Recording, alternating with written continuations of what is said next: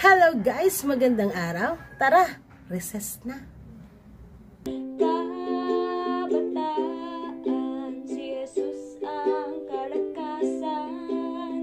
Kabataan, si Jesus paglilingkuran. Ang ating food for the soul ay basahin natin mula sa Romans chapter 12 verse 2. And be not conformed to this world, but be ye transformed by the renewing of your mind, that ye may prove what is that good and acceptable and perfect will of God. Unreasonable.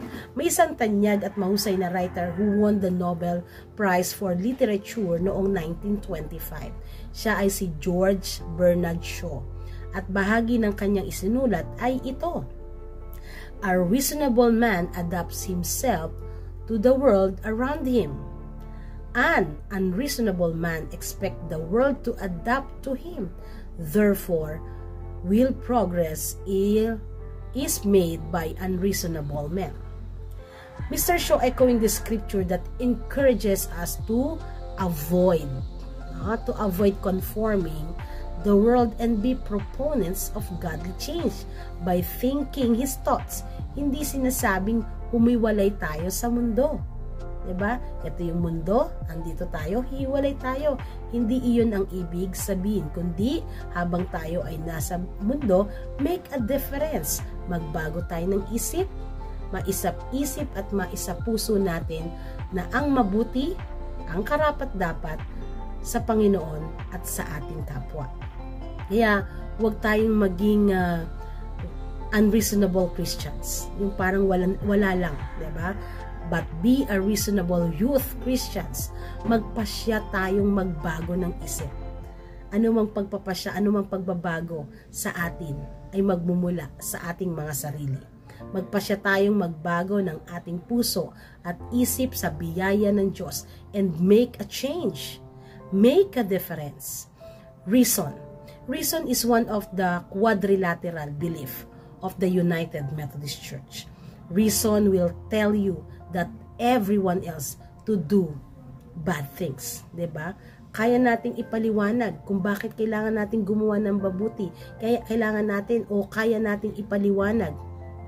Meron tayong mga rasyonale, meron tayong mga paliwanag o basihan kung bakit natin itinuturo kung ano ang mabuti, ano ang masama, ano ang nararapat at hindi nararapat, at ano ang kalooban ng Diyos at hindi ayon sa kalooban ng Diyos.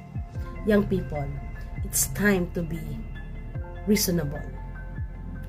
Ang pagkakaroon ng bagong isip at magbabago ng ating isip, ang kailangan natin ay ang ating Panginoon Diyos na magpapabago sa ating isip. Malaking faktor sa pagbabago ng mundo. Kapag tayo ay nagpasyang magbago, ito ay may effect sa ating community. Sikapin natin na mamuhay sa kalooban ng Diyos mula sa pagbabago ng ating sarili, ang pagkakaroon ng bagong isip at magpapabago sa mundo. Anumang pagbabago ay magsisimula sa ating sarili. Anumang pagbabago ay magsimula sa iyong sarili na magiging pagpapala sa ibang tao. Ito yung napakagandang biyaya na sa kapangyarihan ng Panginoon, kapag tayo ay nagpasya, God will give us a new heart. God will give us a new mind, a new life. Kaya mga kabataan, what is your decision? Ano ang pasya mo sa oras na ito? Ikaw ba ay sapat na? Ikaw ba ay kontento na sa buhay mo ngayon?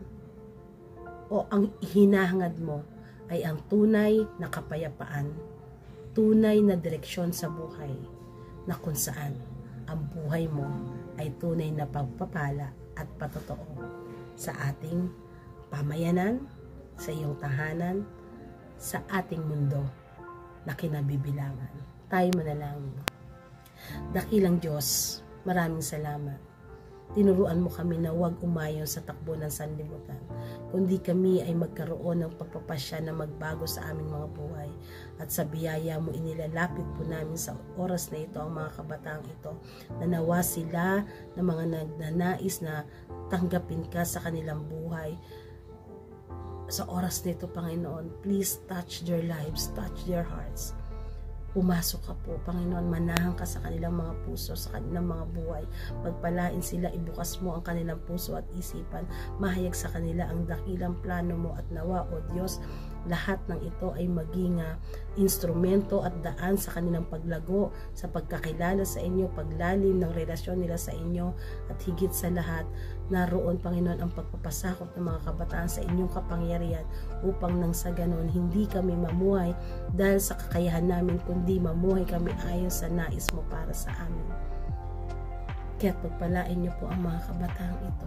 Tulungan sila na maging matatag. Tulungan sila na maging bukas sa mga bagong karanasan ng buhay na kung saan ay naroon ang inyong biyaya at pagpapala.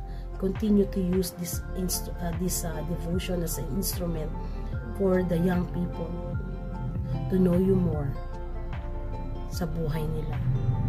Nawa, O Diyos, huwag pong panghinaan ng loob ang mga kabataang ito. Pagpalain sila sa kanilang pag-aaral, sa trabaho, sa kanilang mga pangarap, sa kanilang mga naisip. Maghari ka po sa buhay ng mga kabataan. Maraming salamat, O Diyos, kaya purihin ka sa lahat ng pagbabagong gagawin mo sa buhay ng bawat kabataan at sa bawat isa sa amin.